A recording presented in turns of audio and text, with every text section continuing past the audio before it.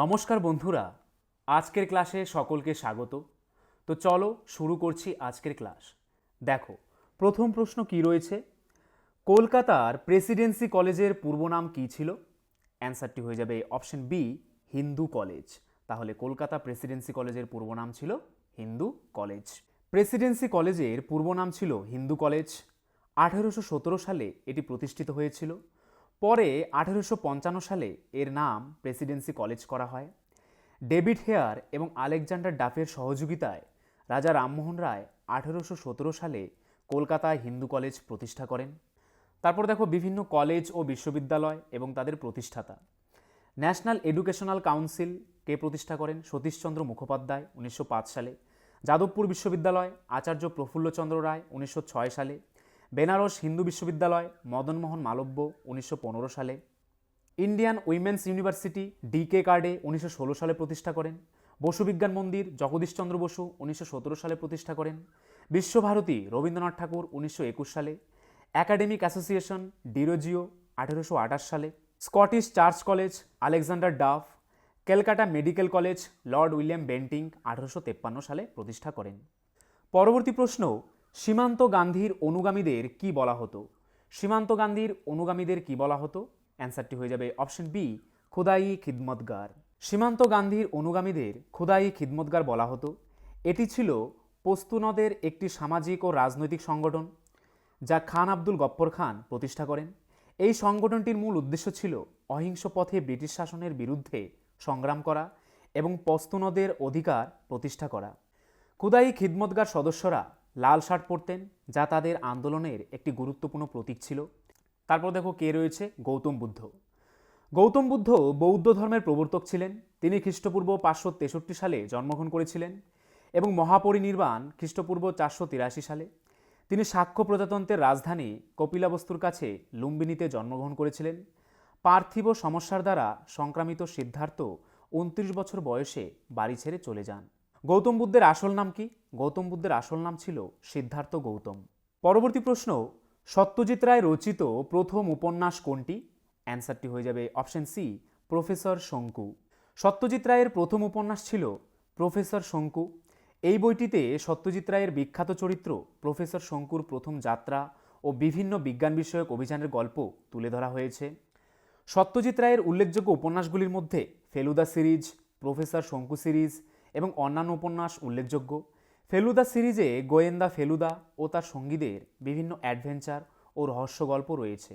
পরবর্তী প্রশ্ন, জনন মাতৃকোষ কোন পদ্ধতিতে বিভাজিত হয়? জনন মাতৃকোষ কোন পদ্ধতিতে বিভাজিত হয়? অ্যান্সারটি হয়ে যাবে অপশন বি, মিওসিস পদ্ধতিতে বিভাজিত হয়।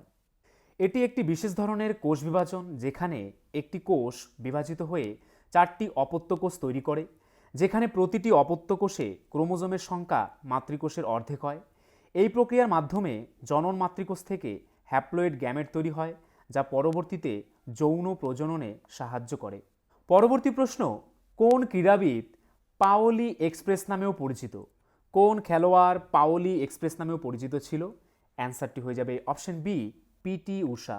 পিটি ঊষা, যিনি ভারতের ট্র্যাক অ্যান্ড ফিল্ডের রানী হিসেবে পরিচিত, গোল্ডেন গার্ল এবং পাওলি এক্সপ্রেস নামে পরিচিত। 27 জুন 1964 সালে কোঝিকোড়ে কেরালায় জন্মগ্রহণ করেন। তার পুরো নাম পিলাভুলাকান্দি থেকাপের পাম্বিল ঊষা। এখানে কিছু উল্লেখযোগ্য খেলোয়াড়ের উদাহরণ দেওয়া হলো, দেখো।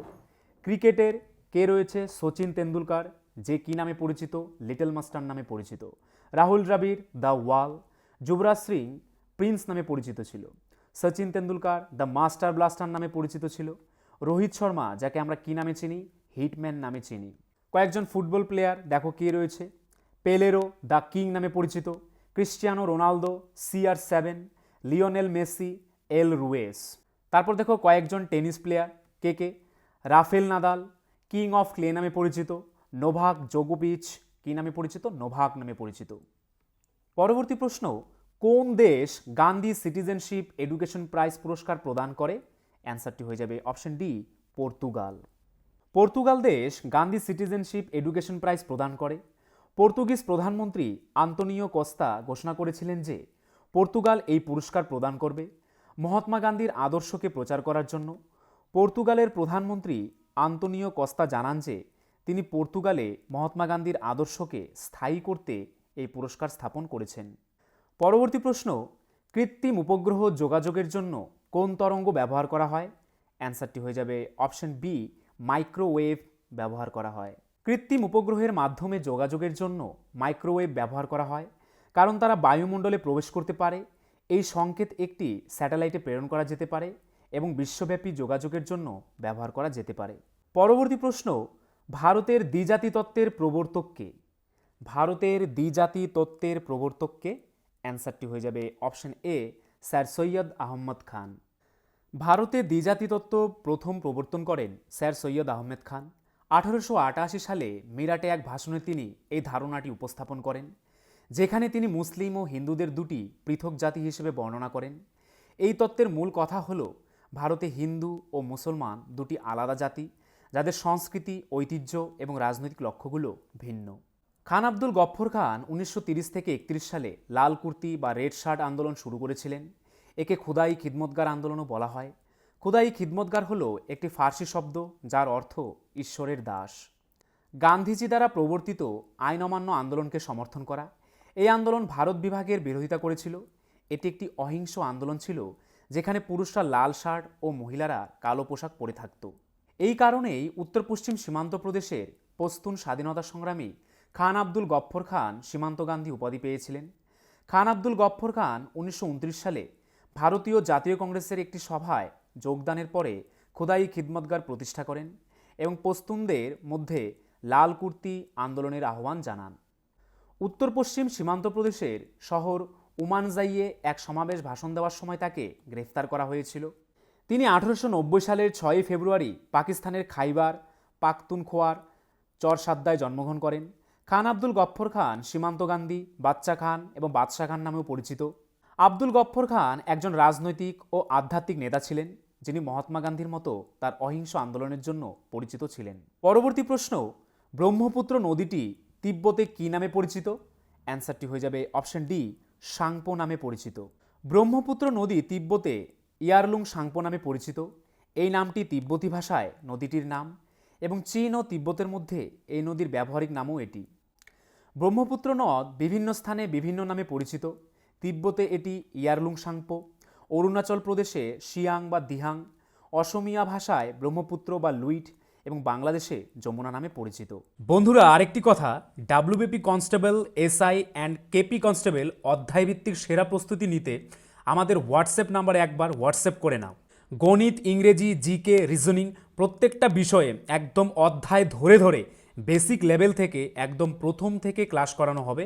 মাসিক কোনো বেতন নেই, পরীক্ষা পর্যন্ত সেরা গাইডেন্স পাবে নতুন সিলেবাস অনুযায়ী। Live class, recorded class plus PDF all পাবে। একবার পেমেন্ট করলেই যতদিন না চাকরি পাচ্ছ ক্লাস করতে পারবে। One time payment. 5 জন আলাদা আলাদা টিচার্সের মাধ্যমে তোমাদের প্রত্যেকটি সাবজেক্ট ধরে ধরে অঙ্ক একদম যারা কিছুই বুঝতে পারো না তাদের জন্য জলের মতো সহজ করে বুঝিয়ে দেওয়া হবে। আমাদের কলকাতা পুলিশের এসআইতে আমরা 95% হুবহু প্রশ্ন কমন দিয়েছি প্রমাণসহ। সেই কমনের প্রমাণ পেতে তোমরা জয়েন করে নাও আমাদের টেলিগ্রাম চ্যানেলে বেঙ্গলি নলেজ একাডেমিতে, লিঙ্ক ইন ডেসক্রিপশন। এটি আমাদের 7 নম্বর ব্যাচ। প্রথম 100 জন 30% ডিসকাউন্ট পাবে। প্রথম 100 জন 30% ডিসকাউন্ট পাবে। তাই ভাই, তোমার যদি একটি সিট এনি হাউ চাই, যেহেতু পশ্চিমবঙ্গ পুলিশ এবং কলকাতা পুলিশ দুটো ভ্যাকেন্সি বেরিয়েছে, তাই একটিতে না একটিতে কিন্তু তোমার হবেই এবার। যদি আমাদের কাছে প্রস্তুতি নাও, 95% হুবহু কমন দেওয়ার দায়িত্ব আমাদের। তোমরা শুধু পড়াশোনা করবে। তো প্রস্তুতি নিতে হলে কিন্তু স্ক্রিনে দেওয়া নাম্বারে একবার অবশ্যই হোয়াটসঅ্যাপ করে নাও। একদম বেসিক থেকে ধরে ধরে প্রথম থেকে সমস্ত ক্লাস করানো হবে। পরবর্তী প্রশ্ন, কোন কলায় রক্তবাহ থাকে না? অ্যান্সারটি হয়ে যাবে অপশন বি, আবরণী কলায় রক্তবাহ থাকে না। আবরণী কলা, বিশেষ করে আবরণী স্তরে রক্তবাহ থাকে না। এই কলায় কোষের সংখ্যা বেশি থাকে, যা একে কোষপ্রধান কলা নামেও পরিচিত করে। আবরণী কোষগুলি একে অপরের সাথে খুব কাছাকাছি লেগে থাকে, যা এই কলায় রক্তনালী বা রক্তবাহ থাকার সম্ভাবনা কমিয়ে দেয়। পরবর্তী প্রশ্ন, স্বাধীনতা সংগ্রামের ইতিহাসে সবচেয়ে বেশি দিন কে অনশন করেছিলেন? অ্যান্সারটি হয়ে যাবে অপশন সি, যতীন্দ্রনাথ দাস সবচেয়ে বেশি দিন অনশন করেছিলেন। যতীন্দ্রনাথ দাস স্বাধীনতা সংগ্রামের সময় অনশন করে সবচেয়ে বেশি দিন ছিলেন। তিনি 63 দিন অনশন করেছিলেন। 1929 সালের লাহোর কেন্দ্রীয় কারাগারে রাজনৈতিক বন্দীদের অধিকারের দাবিতে এই অনশন শুরু করেন। মাস্টারদা সূর্যসেনের ফাঁসি কার্যকর হয়েছিল চট্টগ্রাম কেন্দ্রীয় কারাগারে, যা বর্তমানে বাংলাদেশে 1934 সালের 12 জানুয়ারি মধ্যরাতে তার ফাঁসি কার্যকর করা হয়। 1857 সালের বিদ্রোহ, এটি ছিল ব্রিটিশ ইস্ট ইন্ডিয়া কোম্পানির বিরুদ্ধে সংগঠিত প্রতিরোধের প্রথম প্রকাশ। 1857 সালের বিদ্রোহটি বেশ কয়েকটি নামে পরিচিত, যেমন সিপাহী বিদ্রোহ, এটির নামটি দেওয়া হয়েছিল ব্রিটিশ ঐতিহাসিকদের দ্বারা। ভারতীয় বিদ্রোহ, মহান বিদ্রোহ, এটা ভারতীয় ঐতিহাসিকদের দ্বারা দেওয়া হয়েছিল। 1857 সালের বিদ্রোহ, ভারতীয় বিদ্রোহ এবং স্বাধীনতার প্রথম যুদ্ধ, এটি কার দ্বারা নামটি দেওয়া হয়েছিল? বিনায়ক দামোদর সাভারকার দ্বারা। 1858 সালের বিদ্রোহের অন্যতম প্রধান কারণ ছিল সত্যবিলোপ নীতি প্রত্যাহার। নয়াদিল্লির আইনসভায় বোমা হামলা। 1929 সালে 8 এপ্রিল ভগৎ সিং স্বাধীনতা সংগ্রামী বটুকেশ্বর দত্তের সাথে একটি প্রতিকূল বিলের বিরুদ্ধে প্রতিবাদ করার জন্য নয়াদিল্লির কেন্দ্রীয় আইনসভার ভিতরে দুটি বোমা নিক্ষেপ করেছিলেন। কাকোরি ট্রেন ষড়যন্ত্র একটি রাজনৈতিক ডাকাতি ছিল এবং ঘটনাটি ঘটেছিল 1925 সালের 9 আগস্ট লখনৌ থেকে মাত্র 16 কিলোমিটার দূরের ছোট শহর কাকোরিতে। কাকোরি ট্রেন ডাকাতি, কাকোরির ষড়যন্ত্রটি করা হয়েছিল কারণ তাদের ব্রিটিশ নৃশংসতার বিরুদ্ধে বিপ্লবী কাজের অর্থের প্রয়োজন ছিল। রামপ্রসাদ বিসমিলের নেতৃত্বে হিন্দুস্তান রিপাবলিকান অ্যাসোসিয়েশন নামক একটি বিপ্লবী সংস্থা ডাকাতির আয়োজন করেছিল এবং এটি আশফাকুল্লা খান, রাজেন্দ্র লাহিড়ী, চন্দ্রশেখর আজাদ, শচীন্দ্র বক্সী, কেশব চক্রবর্তী ও মুকুন্দ লাল। পরবর্তী প্রশ্ন, ভারতীয় সংবিধানের প্রস্তাবনা কি নির্দেশ করে? ভারতীয় সংবিধানের প্রস্তাবনা কি নির্দেশ করে? অ্যান্সারটি হয়ে যাবে অপশন সি, দেশের লক্ষ্য ও উদ্দেশ্যকে নির্দেশ করে। ভারতীয় সংবিধানের প্রস্তাবনা নির্দেশ করে ভারতীয় সংবিধানের মূল দর্শন, লক্ষ্য এবং উদ্দেশ্য। এটি একটি ভূমিকা যা সংবিধানের মূল অংশগুলিকে ব্যাখ্যা করে। প্রস্তাবনা নিশ্চিত করে যে ভারতের প্রতিনিধিরা কল্যাণ, ন্যায় বিচার, সমতা ইত্যাদি মূল্যে বিচার করে এবং শাসন করে। পরবর্তী প্রশ্ন, কোন পদার্থ দিয়ে তড়িৎচুম্বক তৈরি করা হয়? অ্যান্সারটি হয়ে যাবে অপশন বি, কাঁচা লোহা দিয়ে তড়িৎচুম্বক তৈরি করা হয়। তড়িৎচুম্বক তৈরি করতে সাধারণত নরম লোহা ব্যবহার করা হয়। এই পদার্থটি চৌম্বকীয় ব্যাপ্তিযোগ্যতা বেশি থাকার কারণে তড়িৎ চালিত করলে সহজেই চুম্বকীয় বৈশিষ্ট্য অর্জন করে এবং তড়িৎ বন্ধ হয়ে গেলে দ্রুততা হারায়। পরবর্তী প্রশ্ন, ভারতের সর্ববৃহৎ তৈল শোধনাগার কোথায় অবস্থিত? ভারতের সর্ববৃহৎ তৈল শোধনাগার কোথায় অবস্থিত? অ্যান্সারটি হয়ে যাবে অপশন বি, জামনগরে অবস্থিত। ভারতের বৃহত্তম তেল শোধনাগারটি জামনগরে অবস্থিত, যা গুজরাট রাজ্যে অবস্থিত। এটি রিলায়েন্স ইন্ডাস্ট্রিজের মালিকাধীন। পরবর্তী প্রশ্ন, অতীশ দীপঙ্কর কোথাকার অধ্যক্ষ ছিলেন? অ্যান্সারটি হয়ে যাবে অপশন এ, বিক্রমশিলা বিহারের অধ্যক্ষ ছিলেন। অতীশ দীপঙ্কর বিক্রমশিলা বিহারের অধ্যক্ষ ছিলেন। তিনি প্রায় 1012 খ্রিস্টাব্দে বিক্রমশিলা বিহারে অধ্যাপনার দায়িত্বভার গ্রহণ করেন। এর আগে তিনি সুমাত্রায় বৌদ্ধ দর্শনশাস্ত্র অধ্যয়ন করেছিলেন। এছাড়াও তিনি অদন্তপুরী, সোমপুরী এবং নালন্দা সহ বিভিন্ন বিশ্ববিদ্যালয়ের অধ্যাপনা করেন। পরবর্তী প্রশ্ন, নিচের কোনটি ডগফিশ নামে পরিচিত? নিচের কোনটি ডগফিশ নামে পরিচিত? অ্যান্সারটি হয়ে যাবে অপশন এ, হাঙর মাছ ডগফিশ নামে পরিচিত। ডগফিশ হলো এক প্রকার ছোট হাঙর যা সাধারণত উত্তর আটলান্টিক ও উত্তর প্রশান্ত মহাসাগরের উপকূলে পাওয়া যায়। এগুলোকে কাঁটাযুক্ত ডগফিশ, স্পারডগ, মাডহাঙ্গার বা পিকড ডগফিশও বলা হয়। ডগফিশ শব্দটি মূলত স্কোয়েলিডে পরিবারের হাঙরগুলোকে বোঝায়, যা একটি হাঙরের পরিবার। পরবর্তী প্রশ্ন, ভারতের সবচেয়ে প্রাচীনতম জাতীয় উদ্যান কোনটি? ভারতের সবচেয়ে প্রাচীনতম জাতীয় উদ্যান কোনটি? অ্যান্সারটি হয়ে যাবে অপশন ডি, জিম করবেট জাতীয় উদ্যান। ভারতের প্রাচীনতম জাতীয় উদ্যান হল জিম করবেট জাতীয় উদ্যান। এটি উত্তরাখণ্ড রাজ্যে অবস্থিত এবং 1935 সালে প্রতিষ্ঠিত হয়েছিল। প্রথমে এটি হেইলি ন্যাশনাল পার্ক নামে পরিচিত ছিল, পরে জিম করবেটের নামে নামকরণ করা হয়। তারপর দেখো কয়েকটি উল্লেখযোগ্য জাতীয় উদ্যান এবং তাদের অবস্থান। পাপিকোন্ডা জাতীয় উদ্যান কোথায় অবস্থিত? অন্ধ্রপ্রদেশে। বৃহত্তম জাতীয় উদ্যান কোনটি? হেমিস জাতীয় উদ্যান। ভারতের সবচেয়ে ছোট জাতীয় উদ্যানগুলো কি কি? সাউথ বোতাম আইল্যান্ড ন্যাশনাল পার্ক, আন্দামান ও নিকোবর দ্বীপপুঞ্জ, প্রায় 5 কিমি স্কোয়ার। রায়মোনা জাতীয় উদ্যান, এটি ভারতের আসামের চরম পশ্চিমাংশে অবস্থিত। এটি বোডোল্যান্ড টেরিটোরিয়াল অঞ্চলের কোকরাঝাড় জেলার গোসাইগাঁও এবং কোকরাঝাড় মহকুমা জুড়ে বিস্তৃত। পরবর্তী প্রশ্ন, দিল্লির কোন সুলতান সর্বপ্রথম দাক্ষিণাত্য জয় করেন? দিল্লির কোন সুলতান সর্বপ্রথম দাক্ষিণাত্য জয় করেছিলেন? অ্যান্সারটি হয়ে যাবে অপশন সি, আলাউদ্দিন খলজি। দিল্লির সুলতান আলাউদ্দিন খলজি সর্বপ্রথম দাক্ষিণাত্য জয় করেন। তিনি খিলজি রাজবংশের একজন শক্তিশালী শাসক ছিলেন এবং দাক্ষিণাত্য অঞ্চলে প্রথম মুসলিম আক্রমণ করেন। আলাউদ্দিন খিলজি দাক্ষিণাত্যের বিভিন্ন রাজ্য যেমন দেবগিরি, দাউলতাবাদ এবং রারো অঞ্চল জয় করেন। পরবর্তী প্রশ্ন, বাম অলিন্দ ও বাম নিলয়ের সংযোগস্থলকে কি বলা হয়? বাম অলিন্দ ও বাম নিলয়ের সংযোগস্থলকে কি বলা হয়? অ্যান্সারটি হয়ে যাবে অপশন বি, দ্বিপত্র কপাটিকা বলা হয়। আর ডান অলিন্দ ও ডান নিলয়ের সংযোগস্থলটিকে কি বলা হয়? ত্রিপত্র কপাটিকা। পরবর্তী প্রশ্ন, কোন নদীকে সিকিমের জীবনরেখা বলা হয়? কোন নদীকে সিকিমের জীবনরেখা বলা হয়? অ্যান্সারটি হয়ে যাবে অপশন বি, তিস্তা নদীকে। তিস্তা নদী বাংলাদেশ ভারতের একটি আন্তঃসীমান্ত নদী। এটি ভারতের সিকিম ও পশ্চিমবঙ্গ রাজ্য ও বাংলাদেশের মধ্যে দিয়ে প্রবাহিত একটি নদী। তিস্তা সিকিম ও পশ্চিমবঙ্গের জলপাইগুড়ি বিভাগের প্রধান নদী। একে সিকিম ও উত্তরবঙ্গের জীবনরেখাও বলা হয়। পরবর্তী প্রশ্ন, কোন গ্যাসের গন্ধ পচা ডিমের মতো? পচা ডিমের মতো গন্ধ কোন গ্যাসের? অ্যান্সারটি হয়ে যাবে অপশন এ, হাইড্রোজেন সালফাইডের।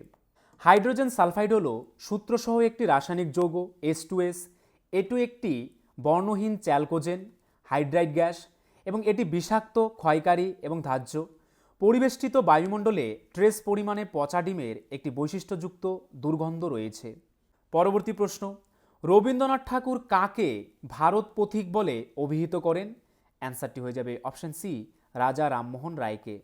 পরবর্তী প্রশ্ন, গুজরাটের অগভীর জলাভূমিকে কি বলা হয়? গুজরাটের অগভীর জলাভূমিকে কি বলা হয়? অ্যান্সারটি হয়ে যাবে অপশন সি, রান বলা হয়। গুজরাটের অগভীর জলাভূমি সাধারণত রান নামে পরিচিত। কচ্ছের রান হল গুজরাটের সবচেয়ে বিখ্যাত জলাভূমি, যা একটি বিশাল লবণাক্ত অঞ্চল। এই জলাভূমিটিকে প্রায়শই সাদা মরুভূমিও বলা হয়। পরবর্তী প্রশ্ন, আরশোলা, ঘাসফড়িং এদের রেচনাঙ্গের নাম কি? আরশোলা ও ঘাসফড়িং এদের রেচনাঙ্গের নাম কি? অ্যান্সারটি হয়ে যাবে অপশন সি, ম্যালপিজিয়ান নালিকা। তারপর দেখো, মানুষের রেচনাঙ্গের নাম কি? বৃক্ক, ফুসফুস, যকৃৎ, ত্বক। অ্যামিবার, সংকোচী গহ্বর বা প্লাজমা পর্দা। স্পঞ্জ ও হাইডার রেচনাঙ্গের নাম কি? দেহতল। কেঁচো, জোকের, নেফ্রিডিয়া। ফিতাকৃমি ও প্লানেরিয়ার, ফ্লেমোকোষ। চিংড়ির রেচনাঙ্গের নাম কি? সবুজ গ্রন্থি। মাকড়সা ও কাঁকড়া বিছের রেচনাঙ্গের নাম কি? কক্সাল গ্রন্থি। পরবর্তী প্রশ্ন, কোন দেশের অনুকরণে ভারতে সবুজ বিপ্লবের ধারণা গৃহীত হয়? কোন দেশের অনুকরণে ভারতে সবুজ বিপ্লবের ধারণা গৃহীত হয়? অ্যান্সারটি হয়ে যাবে অপশন বি, মেক্সিকো। ভারতের সবুজ বিপ্লবের ধারণা মূলত মেক্সিকো থেকে গৃহীত হয়েছিল। মেক্সিকোর এ কাজ করার সময় নরম্যান বোরলগ এবং তার সহকর্মীরা বামন গম এবং অন্যান্য উচ্চ ফলনশীল শস্যের জাত তৈরি করেন। এই প্রযুক্তিগুলি পরবর্তীতে ভারত ও পাকিস্তানের মতো দেশগুলিতে গ্রহণ করা হয়েছিল, যা সবুজ বিপ্লবের সূচনা করে। পরবর্তী প্রশ্ন, পৃথিবীর প্রথম আন্তর্জাতিক নিরস্ত্রীকরণ সম্মেলন কোথায় হয়েছিল? অ্যান্সারটি হয়ে যাবে অপশন সি, জেনেভাতে হয়েছিল। পৃথিবীতে প্রথম আন্তর্জাতিক নিরস্ত্রীকরণ সম্মেলন সুইজারল্যান্ডের জেনেভাতে অনুষ্ঠিত হয়। উইকিপিডিয়া অনুসারে এটি 1932 থেকে 1934 সালের মধ্যে অনুষ্ঠিত হয়েছিল। এই সম্মেলনটি ছিল অস্ত্র হ্রাস ও সীমাবদ্ধতা সংক্রান্ত, যা জাতিসংঘ কর্তৃক নিরস্ত্রীকরণ সম্পন্ন করার জন্য আয়োজন করা হয়েছিল। পরবর্তী প্রশ্ন, পশ্চিমবঙ্গের কোথায় বনভূমির পরিমাণ সবচেয়ে কম? পশ্চিমবঙ্গের কোথায় বনভূমির পরিমাণ সবচেয়ে কম? অ্যান্সারটি হয়ে যাবে অপশন বি, কলকাতায়। জলপাইগুড়ি জেলায় সবচেয়ে বেশি বনভূমি রয়েছে, যেখানে ক্রান্তীয় এবং উপক্রান্তীয় উভয় বনের বিস্তৃত অঞ্চল রয়েছে। পরবর্তী প্রশ্ন, দক্ষিণ আফ্রিকার প্রথম অশ্বেতাঙ্গ রাষ্ট্রপতি কে ছিলেন? অ্যান্সারটি হয়ে যাবে অপশন বি, নেলসন ম্যান্ডেলা। পরবর্তী প্রশ্ন, গান মেটাল কার কার মিশ্রণে তৈরি হয়? গান মেটাল কার কার মিশ্রণে তৈরি হয়? অ্যান্সারটি হয়ে যাবে অপশন সি, তামা, টিন ও দস্তার মিশ্রণে গান মেটাল তৈরি হয়। এইবার দেখো কয়েকটি উল্লেখযোগ্য সংকর ধাতু এবং তারা কি দিয়ে তৈরি। পিতল, তামা ও দস্তা দিয়ে। কাঁসা, তামা ও টিন দিয়ে। ইস্পাত, লোহা ও কার্বন দিয়ে। টাইপ মেটাল, সীসা, টিন ও অ্যান্টিমনি দিয়ে। রাংঝাল কিসের মিশ্রণ? টিন ও সীসার মিশ্রণ। ম্যাগনেসিয়াম কিসের মিশ্রণ? অ্যালুমিনিয়াম ও ম্যাগনেসিয়ামের মিশ্রণ। পরবর্তী প্রশ্ন, ভারতে প্রতি বছর কবে সংবিধান দিবস পালন করা হয়? ভারতে প্রতি বছর কবে সংবিধান দিবস পালন করা হয়? অ্যান্সারটি হয়ে যাবে অপশন ডি, 26শে নভেম্বর। এবার দেখো বিভিন্ন দিবস কি রয়েছে। বিশ্ব হিজাব দিবস কবে পালিত হয়? 1 ফেব্রুয়ারি। বিশ্ব জলাভূমি দিবস 2রা ফেব্রুয়ারি। বিশ্ব ক্যান্সার দিবস 4ই ফেব্রুয়ারি। কাশ্মীর সংহতি দিবস 5ই February. International day of zero tolerance to family genital mutilation 6ই ফেব্রুয়ারি। নিরাপদ ইন্টারনেট দিবস 10ই ফেব্রুয়ারি। নেলসন ম্যান্ডেলা মুক্তি দিবস 11ই ফেব্রুয়ারি। ডারউইন দিবস 12ই ফেব্রুয়ারি। বিশ্ব বেতার দিবস কবে পালিত হয়? 13ই ফেব্রুয়ারি। বিশ্ব ভালোবাসা দিবস 14ই ফেব্রুয়ারি। আন্তর্জাতিক শিশু ক্যান্সার দিবস 15ই ফেব্রুয়ারি। বিশ্ব সামাজিক ন্যায় বিচার দিবস কবে পালিত হয়? 20শে ফেব্রুয়ারি। আন্তর্জাতিক মাতৃভাষা দিবস 21শে ফেব্রুয়ারি। মাসের দ্বিতীয় শনিবার বিশ্ব ন্যায্য বাণিজ্য দিবস। আন্তর্জাতিক পরিবার দিবস কবে পালিত হয়? 15ই মে। ঐতিহাসিক ফারাক্কা দিবস 16ই মে। বিশ্ব টেলিযোগাযোগ ও তথ্য সংঘ দিবস বা উচ্চ রক্তচাপ দিবস কবে পালিত হয়? 17ই মে। আন্তর্জাতিক জাদুঘর দিবস 18ই মে। বিশ্ব হেপাটাইটিস দিবস 19শে মে। বিশ্ব পরিমাপ দিবস 20শে মে। সাংস্কৃতিক বৈচিত্র্য সংলাপ এবং উন্নয়নের জন্য বিশ্ব দিবস 21শে মে। আন্তর্জাতিক জীববৈচিত্র্য দিবস 22শে মে। বিশ্ব তামাক মুক্ত দিবস কবে পালিত হয়? 26শে মে। বিশ্ব নিরাপদ মাতৃত্ব দিবস কবে পালিত হয়? 28শে মে। আন্তর্জাতিক জাতিসংঘ শান্তিরক্ষী দিবস কবে পালিত হয়? 29শে মে। বিশ্ব ধূমপান দিবস ও বিশ্ব তামাকযুক্ত দিবস কবে পালিত হয়? 31শে মে। তো বন্ধুরা, এই ছিল আজকের ভিডিও। তোমরা যদি আমাদের চ্যানেলে নতুন হয়ে থাকো, আমাদের চ্যানেলটিকে অবশ্যই সাবস্ক্রাইব করে নোটিফিকেশন অল করে রাখবে। তার পাশাপাশি তোমরা যদি আমাদের পুলিশের ব্যাচে অ্যাডমিশন নিতে চাও, তাহলে আমাদের স্ক্রিনে দেওয়া নাম্বারে একবার এক্ষুনি হোয়াটসঅ্যাপ করে নাও। আর আজকের ভিডিওর যদি পিডিএফ পেতে চাও, তাহলে আমাদের টেলিগ্রাম চ্যানেলে জয়েন করে নাও, বেঙ্গলি নলেজ একাডেমি এই চ্যানেলে, যেটি এই ভিডিওর ডেসক্রিপশনে দেওয়া রয়েছে।